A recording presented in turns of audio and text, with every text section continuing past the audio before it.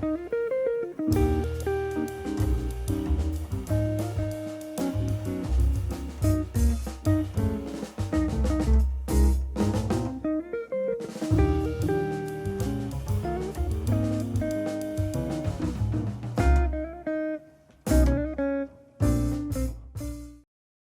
were you born, and what was the local music scene like when you were growing up? So I was born in the capital of India, in New Delhi, I don't think I knew much about the music scene at that time. We moved when I was 3 years old to Singapore, and I lived there for about 8 years before we moved back to India. So I think the music scene in Singapore was very interesting. There was a lot of music in the schools. That's, the country where I started learning piano. I was also in the brass band in Singapore and, picked up the trumpet. Not the trombone. It was not, my hands were not long enough, so I had to shift to trumpet.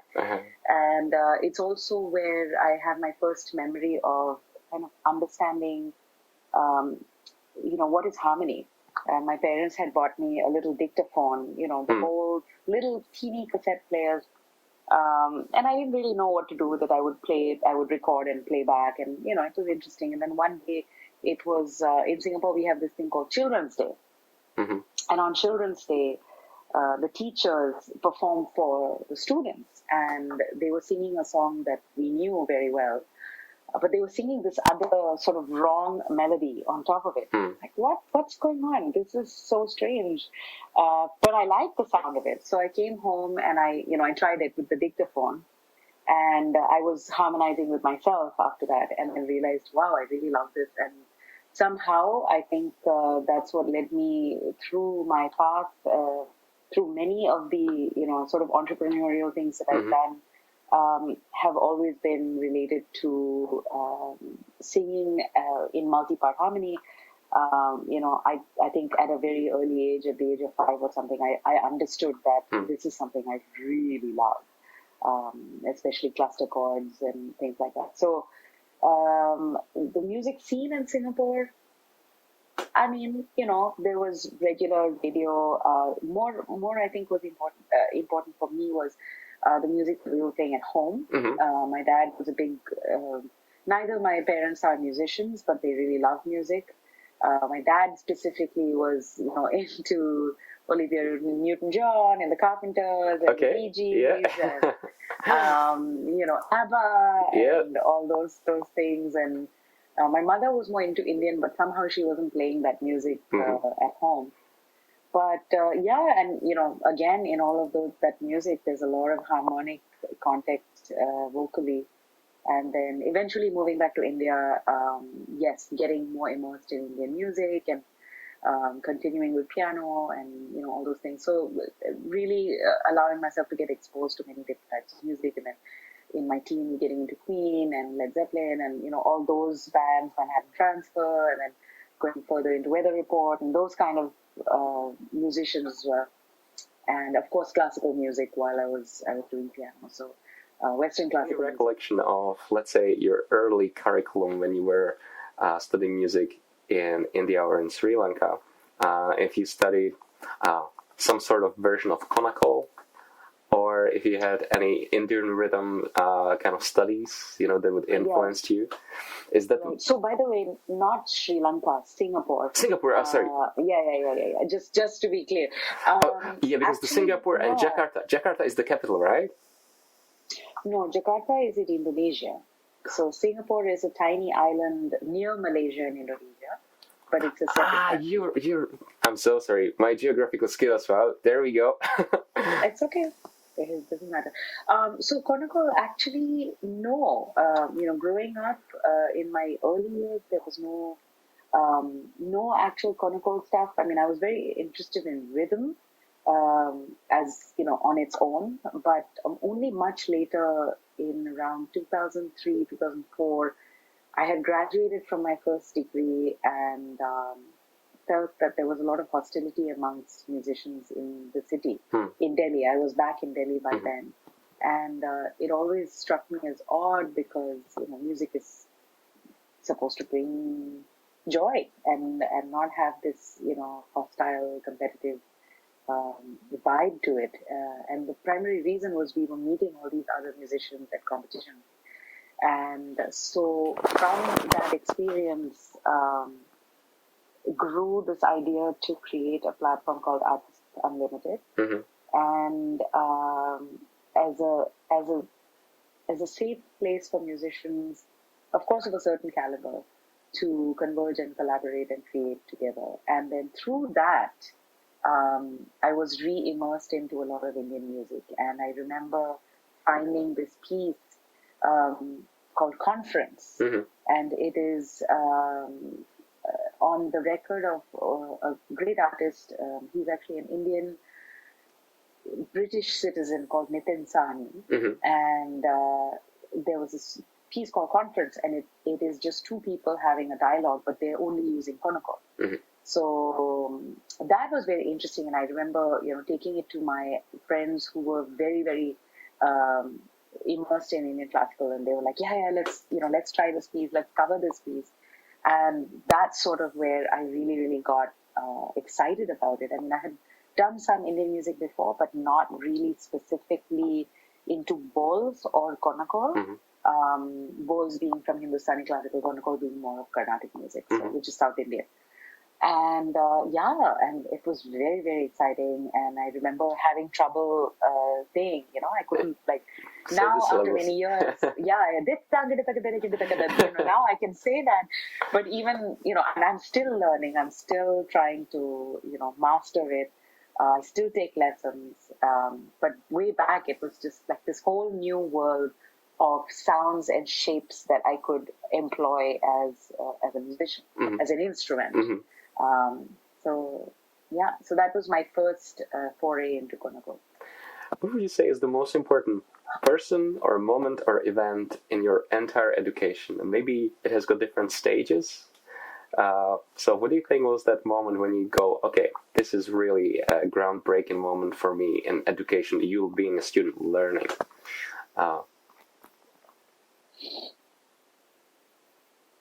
have to think about that. Absolutely, take your time.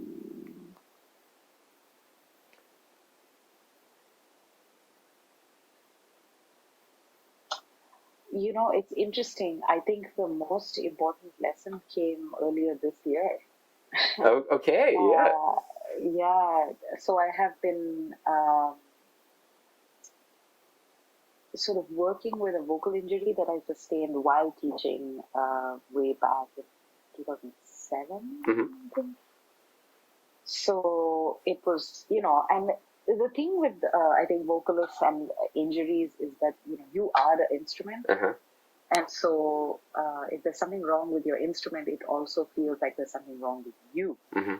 And, I've had many students who've had, let's say, tendonitis or, some other issues which do affect the instrument playing. Mm. But, it's separate from them. They're like, oh, okay, I did this and this happened, and now I'll do physiotherapy and, I'll work on it. I'll get my strength back. And of course, it's difficult. But with singers, I think there's just this other layer of sort of self-doubt, also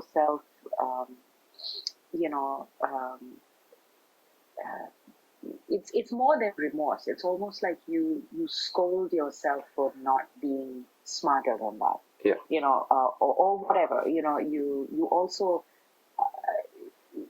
where I was, it was a kind of hit or miss. I had lost my ability to control certain aspects of my technique, and it was very debilitating. It was so debilitating that I didn't even go to a therapist for many years.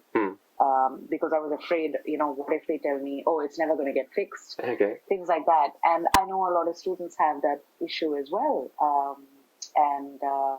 So earlier this year, I think it might have been the end of January, and I kind of, something unlocked for me, and I really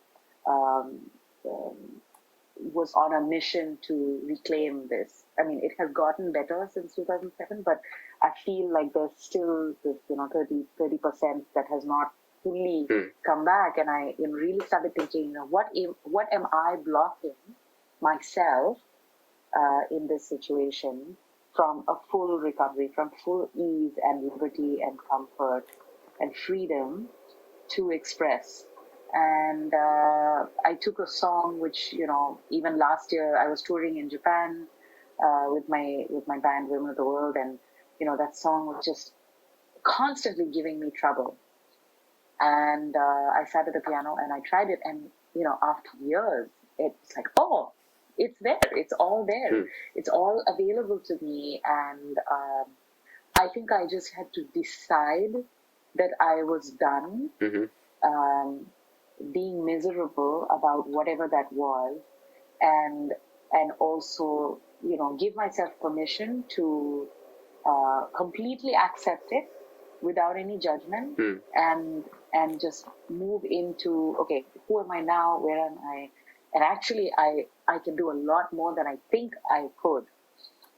So I think getting over that block, it is a physical thing, it is a mental thing, it is a psychological thing.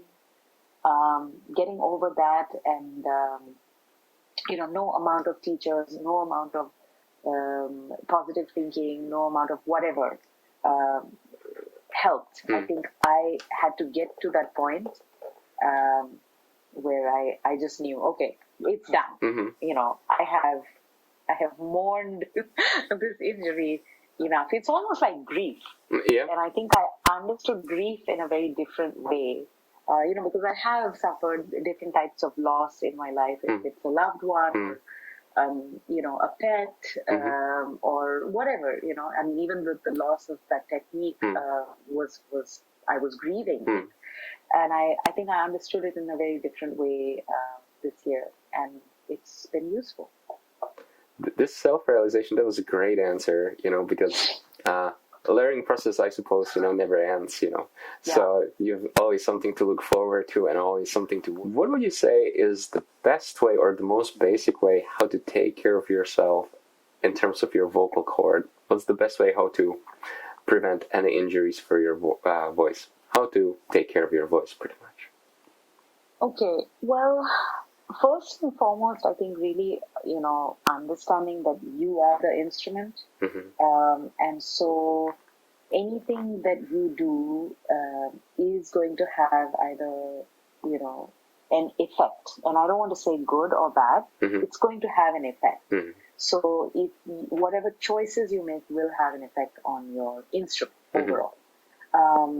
So if I don't sleep enough, for instance, or if I'm eating certain types of food that make my whole body feel kind of heavy, if I'm having maybe too much caffeine, if I'm not drinking enough water, if I'm speaking extremely loudly for a very, very long time and kind of pushing, if I'm experiencing discomfort in any part of my body, not just here, everyone thinks this is the instrument, but really the whole body is the instrument. Experiencing pain in any part of the body and ignoring it is not useful. The pain is there as an indication. It is a helpful thing in your body to provide you an opportunity to shift something so that the pain doesn't happen anymore. And oftentimes what we don't realize is our body is our best friend, and so anything you ask the body to do, it will do. Whether it's hurting you or helping you, it will just do it for you. And this is how injuries happen. And similarly, understanding that if that is the case, if I can understand from a mental, scientific, biological perspective how this machine works, then I can instruct my muscles through my brain, through my knowledge, to use the best solution to achieve a certain thing. So it's almost like if you drive a car and you have absolutely no idea how the engine works or how to change a tire, you can get so far. You probably can drive pretty okay. But in an emergency situation, you're stuck. You don't know how to do it.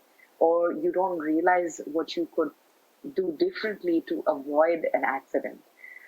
If you don't know the road signs, if you don't know, you can't see color and you have no way of understanding go or stop or wait, you're not a very effective driver, and you probably will have accidents. So it's the same way with the voice, I think, in the body. Knowing how it works helps you ask your brain to solve problems in a very specific way, which don't hurt you in the long run.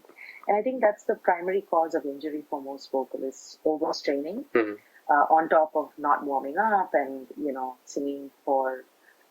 singing in an unhealthy way, and not realizing that there could be a technique or a certain warm up or a certain exercise that will just stretch your muscles comfortably, so that you're able to achieve whatever it is that you want for as long as you want, in any range that you want.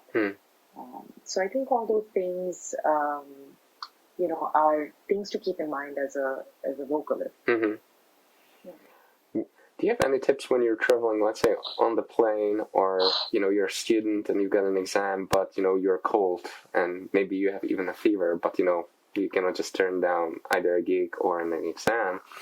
Is there any particular, your personal tip, either what to drink or what to do, what to avoid? Yeah, first and foremost, I think checking in with your voice every day is really good to do. So, where am I today? What is comfortable and what is not comfortable for me, and also figuring out why before you even start thinking of the gig or the exam or the whatever it is, and understanding that you have needs and that you got to take care of whatever it is. So if I feel in certain areas in the world, let's say it's a very mountainous region, I definitely feel more dry, and then trying to make sure that I'm keeping I'm drinking a lot of water, but I'm also keeping my environment hydrated, like moist. So even if I don't have a humidifier, keeping a mug or a bottle of or a bowl of hot boiling water, it will evaporate and bring moisture into the air. And also even on flights, making sure that I cover my nose and my mouth while I'm sleeping or sitting in the flight, because the air in the flight is very drying as well. So hydration and any form of moisturizing the air that you breathe is really, really important, whether you're sick or not. In general, it's a good thing to do. And then, again, eating right, exercising, sleeping, all things that you should do, whether you're well or sick.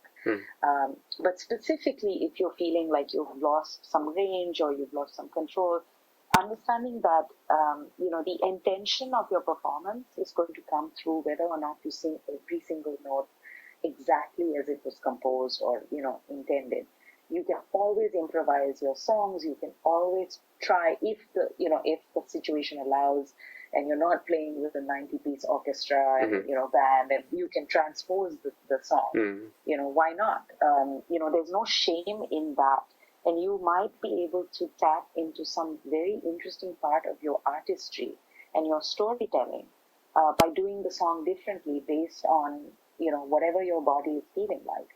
A lot of, I think, singers, and it's not just students, but musicians in general, think that if they don't play it a particular way or in a particular key or at the particular tempo, the song doesn't happen or the song is not effective, which is not the case, right? I mean, you can do the same song in a million ways and still be really emotional and intentional, and your audience will get something from it. But of course, in all cases, prevention is better than cure. Just being mindful, I think, about your instrument, your body, your lifestyle, usually helps. And trial and error. Some people say, oh, milk is the worst thing. It's not. It depends on where you grew up, on your body type, on your genes, on your lifestyle overall. It's different for each person. So find out what works for you and what doesn't. So it really comes down to understanding your body. It's very, very individual. Yeah. And I also, there's a reason for that. Because, I had a very, very amazing mentor and a vocal therapist who told me, I asked him the same question, what should I keep? What should I take on tour? And, I heard that some people say, ginger and honey. And some people say, hot lemon with tea and ginger in that, or pepper and tea, or, what it is. And he said, on the road, like let's say, and this happened to me, right? You're on the road, you get sick, or you're starting to feel sick, and you're in panic mode because A, you're getting sick, and B, you don't have access to whatever elixir of life you need, like peacock feather or whatever it is that you think heals you.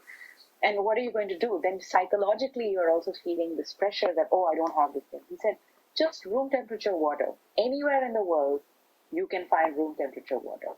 And, keep that as your primary thing. And usually what water does is it will flush out, bacteria, it flushes out anything. There's almost no disease on the planet where water is not useful.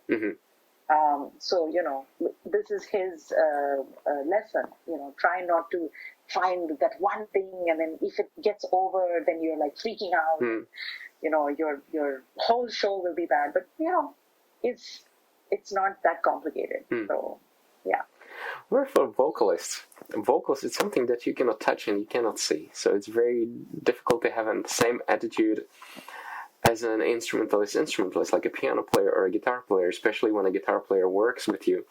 I can imagine what are the rudiments and elements on drums, on guitar, on piano. But what are the basic elements of vocal? What are the rudiments for vocals? You mean for like warming up or either for warming up and maybe different textures of your voice, maybe different registers. I wonder what it is, because we can pinpoint on a guitar, you're pitching the notes and you've got frets, right? Then you can sing intervals, arpeggios, scales, right? And rhythm, phrasing, and the color of our tone or an instrument, right? I wonder how much a human voice can stretch to coloring different textures. Yeah, I mean, totally. Voice is the first instrument before any other instrument existed. So technically, if you think about it, everything originated from the voice. And even before there was language, there was chanting. So this is an ancient instrument that we're talking about. And color, for sure, we have more colors than almost any other instrument can do. We can be rhythmic, we can be, melodic. And in fact, if you think about Leela Hathaway, I don't know if you know the thing, Leela Hathaway has even found a way to do chords. One person with multiphonic notes. Oh, right. I didn't know.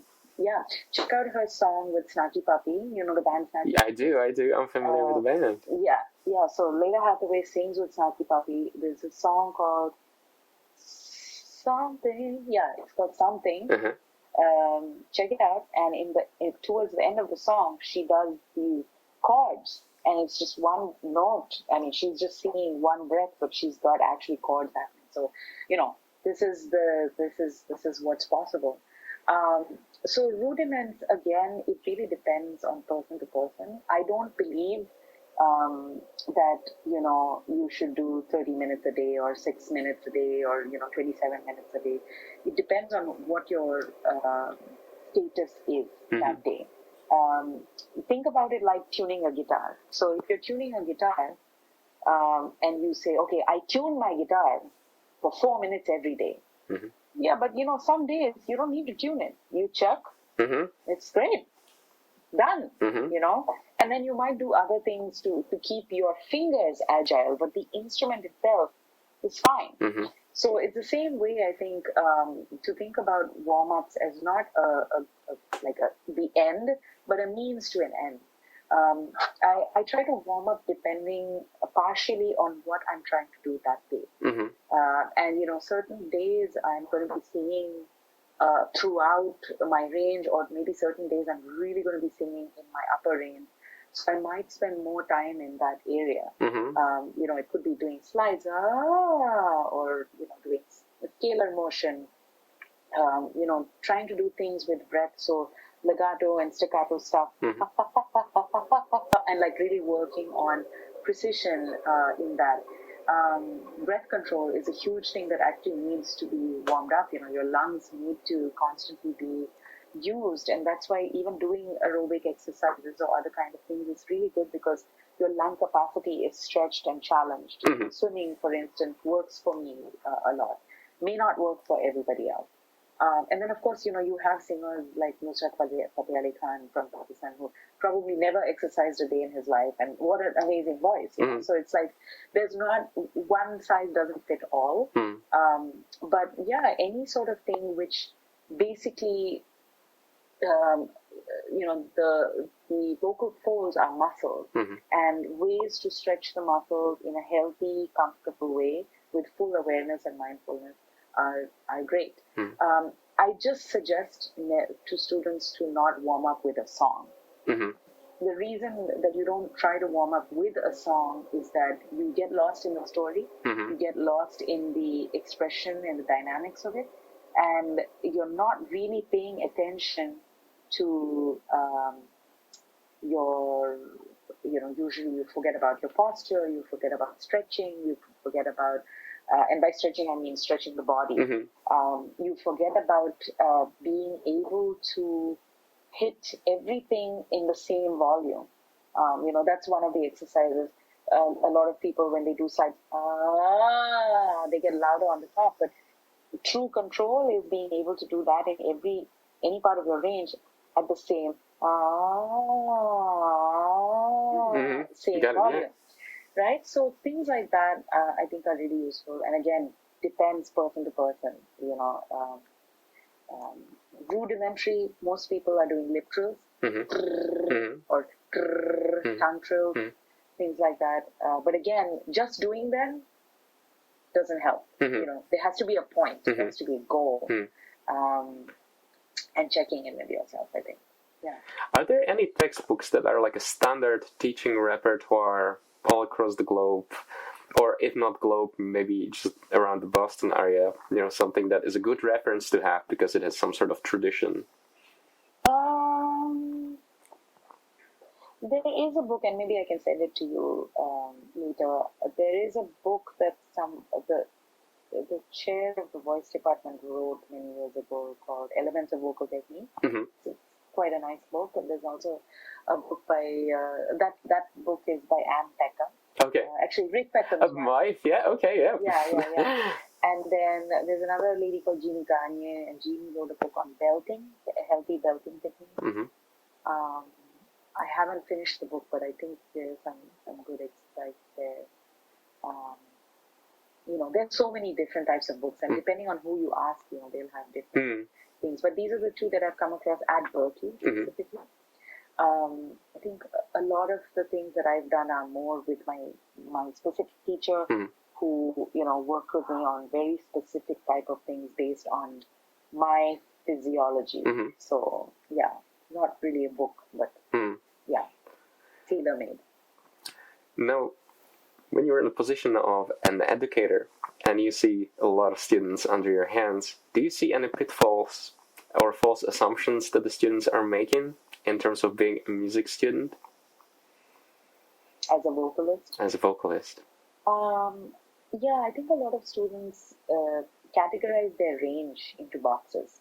So they'll, we understand, or through time, certain names have been given, like head voice, or falsetto, or chest voice, or mixed voice. And I always try to ask students to think of themselves as runners.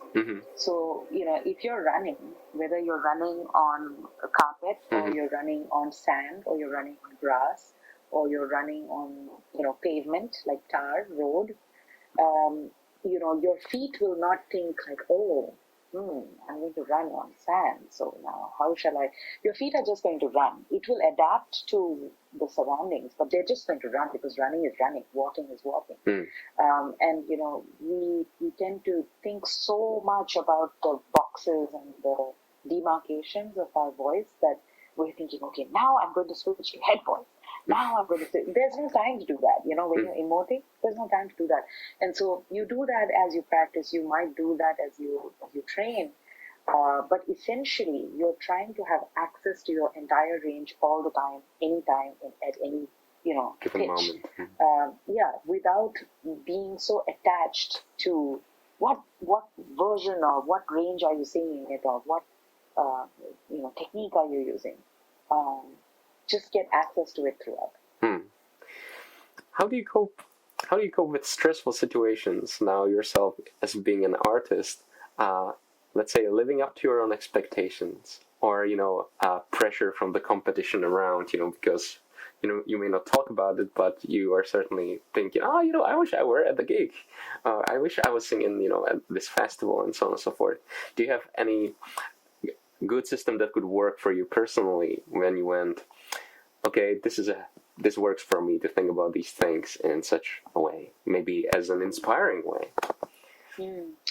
So I recently learned a new term. So my students always use the term FOMO, FOMO, fear of missing out. Okay, fear of missing out. That's great. yeah. But now I've started to think of JOMO, joy of missing out. And the thing is, if you believe like kind of everything is, there's a divine timing, there's a divine alignment, there's a divine reason for things to happen, and in my own life it's been like that really from seemingly nowhere opportunities have come, and I'm just there, and I'm able to say yes, and I go and experience, and I grow from it. And at the same time, there are things where you have to say no, and you wonder, oh my God, if I said no, then next time what will happen? And I've said no a couple of times to extremely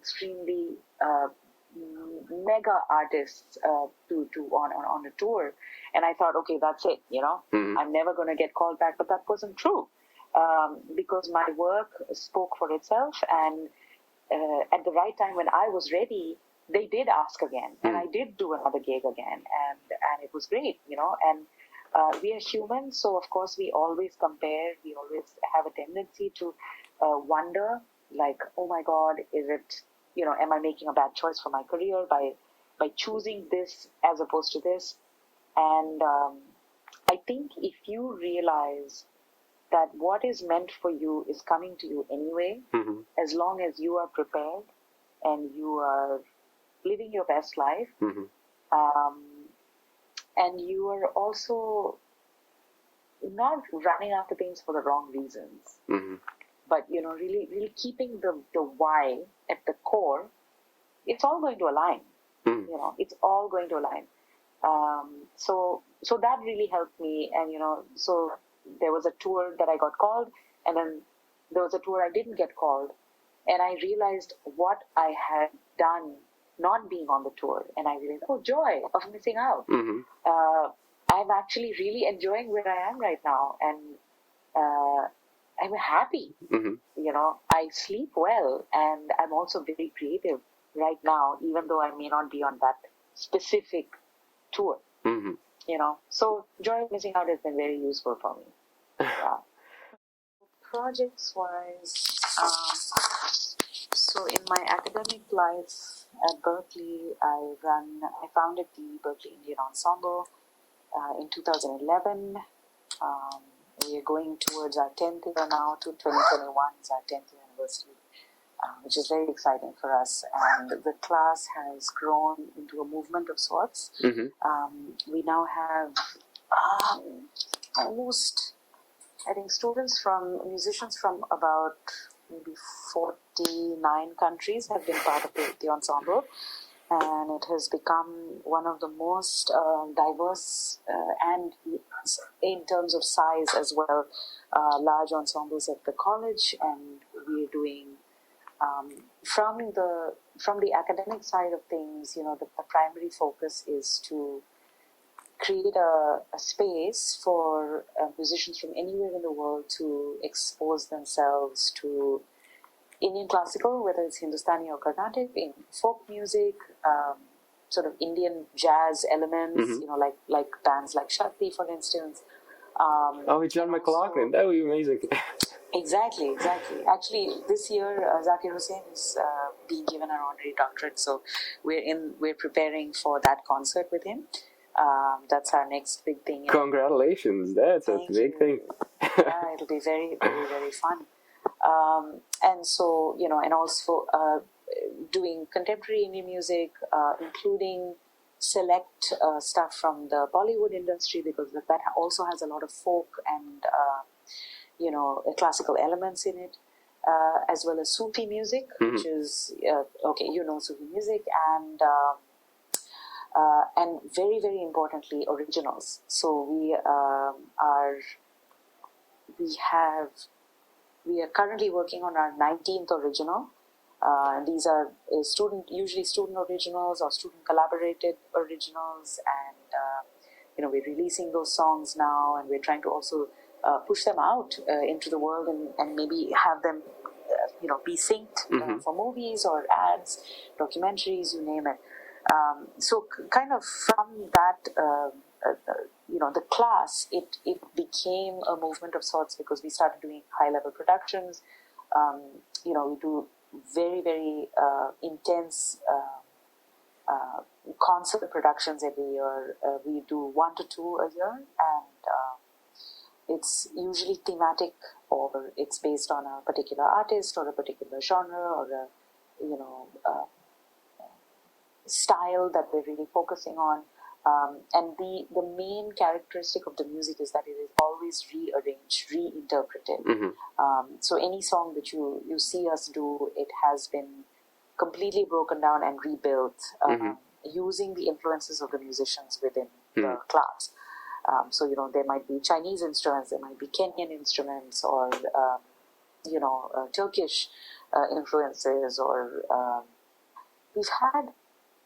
I don't think we've had anyone from Ireland yet, but we've had somewhat in the region. We've had people from there, but nobody yet from Ireland. Then we began touring, so we started taking the groups on tour, and that is also providing a source of livelihood for a lot of the students. We're going to be releasing an album hopefully next year, and we hope to apply for the Grammys at some point.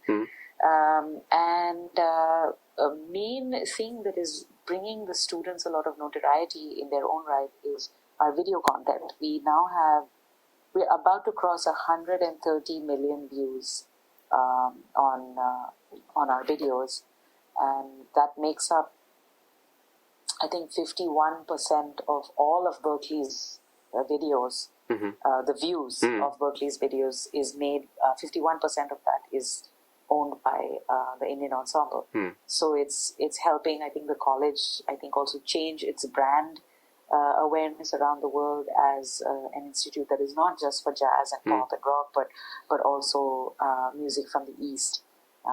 So that's sort of a nutshell of what we do. We also now do workshops around the world, and we fundraise for scholarships. We run now Berklee Indian Ensemble is under Berklee India Exchange, which is an institute within the college, and that is I'm the artistic director of that organization, Berklee India Exchange, and so we run completely on philanthropy, and try to get these students great opportunities in the industry through the residencies that we do and the kind of relationships that we build within the industry for them to go out, and also building a network. So I think in the future they will begin to hire each other. These are the leaders of tomorrow, and they're already hiring us. We're hiring them. It's a big happy family. So I checked out a lot of videos that you've got on YouTube, and they're really impressive visually and also musically and recording wise. Now your production is really top notch. I think the one that I watched was in Power Station recording studio. The 360. The 360. Yeah, exactly. That was with that new camera that the guys were trying out. It was really interesting concept. I really liked that. But my first question for me as a teacher was, oh gosh, there's so many musicians. How did they rehearse this? How did they record this? So how did you manage to put these parts together for, let's say, your recording that you would like to, present to the Grammys, in the future? What's the recording process? Do you have a recording plan, how to do different sections, or do you put everybody into one room and just, do it spontaneously as a jazz record? So it's different. It depends on the song and the project that we're working on. The 361 was one live take. It's just one take. It's all live. Great musicians. Thank you. Yeah. So that's everything is live. The singing, the drumming, everything is live and in the moment. And it was done with a live audience, if you notice. So that was the beauty of the 360 kind of model. And just having people who've worked together for a while and really listen. And really understand also the intention of the story behind the music, and really commit, to that moment. Other videos, if you see, for instance, if you watch, there's a video called Jia Jale. Jia Jale has, I think it's our top grosser. It's 28 million or 29 million views on that one. That was our second video we ever did as a class. That one, yes, we do. The studio was small, and we didn't have the capability to do it live. Even though we performed that live very often. So what we did was, in the ISO booths, we have usually piano, drums, bass, and guitars, and if there's another ISO booth, we can add another instrument, but maybe keyboard. We'll do the first pass on click, and we'll do it as many times as we can till we really feel this is the keeper. So usually take 3. Sometimes we take 1 is the one we use, but sometimes take 3, take 4 is the one. And then based on whatever the instruments are, we'll bring in maybe the strings next. They'll do their own pass. Vocals, I'm very, very, very particular about vocals. So usually we have very dense vocal harmonies in all our pieces. So usually I'll have the choir, they're extremely well rehearsed. They'll come in, they'll do 1 or 2, usually 2 passes or 4 passes of the whole thing exactly as they usually do. And then we also re-record on top of that, because I want to be able to pan and make it really lush. I'll just do the sopranos, and they'll do it 4 times, just the altos, just the mezzos, just the tenors, just the bass, or however many parts. And sometimes we actually get all the singers to learn all the parts, so that you have a very, very full sound. So that's it, and then the happiness of mixing. Do you use actually any software to help the rehearsing or speed up the rehearsing process? I'm talking about writing music in Sibelius or using Pro Tools or GarageBand. Do you have any system how to present your music?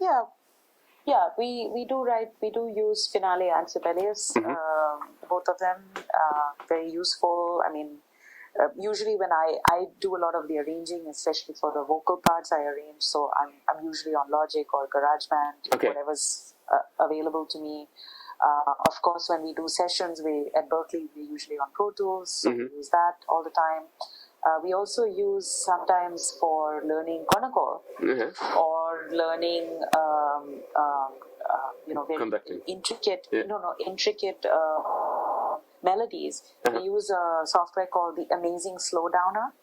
That's very useful because you can really slow it down without losing pitch, and that's very useful for learning. And I often tell students to use any software that can help them slow down and practice at a very slow tempo and slowly take it up to speed. We often use, if you're asking about just general, we use metronome apps all the time, like really to get everyone locked in on certain rhythmic passages, not for the whole song, but just certain things, and do you have a particular metronome app that you like yourself?